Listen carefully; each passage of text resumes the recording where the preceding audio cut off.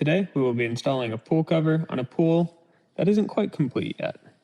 We usually like to have the pool coping and stones done before we do the pool cover to mitigate the risk of damage and mess to our system, but as long as the landscapers are careful, then we can install whenever the client wants. So we start by cleaning the pit, getting rid of the cross braces, cleaning out the encapsulation.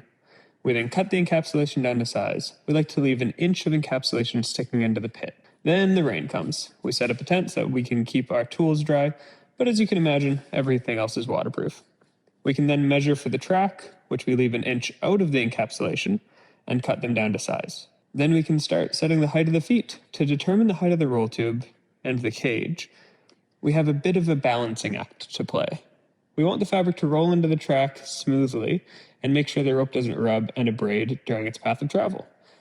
For pools under 40 feet long, we set the top of the roll tube 2.5 inches down from the underside of the track, and we either want the rope to run through the brackets or under the brackets.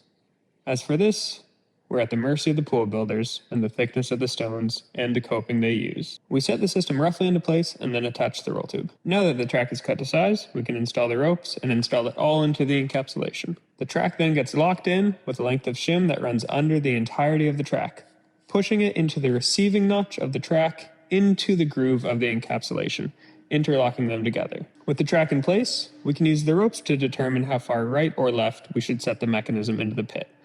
We want the ropes to both be running as straight as possible out of the track and into the pulleys. With the mechanism set to height, placed correctly in the pit, we can now fasten the system to the pit itself. We screw the cage into the concrete and the metal rail running through the top few inches of the polymer housing, and then we can screw the feet down. Then it's time to run the cover for the first time. We cut the ropes to length, roughly 6 to 8 feet long, set them into the rope reel, and it's time to run it. At this point, we start by covering the pool and then pinning the fabric to the roll tube. To pin the fabric to the roll tube, we make sure that we have an equal amount of fabric overhang on both sides of the roll tube. Then we add 1 screw in the middle and 2 more screws in between to make sure that everything is held together. We want to make sure that we pin the roll tube in a way where if there are any creases or folds, we want them to be on the outside edges of the fabric, not the middle.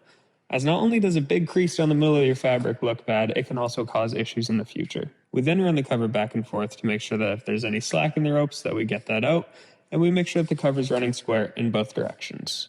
And that's another backyard, safe and secure.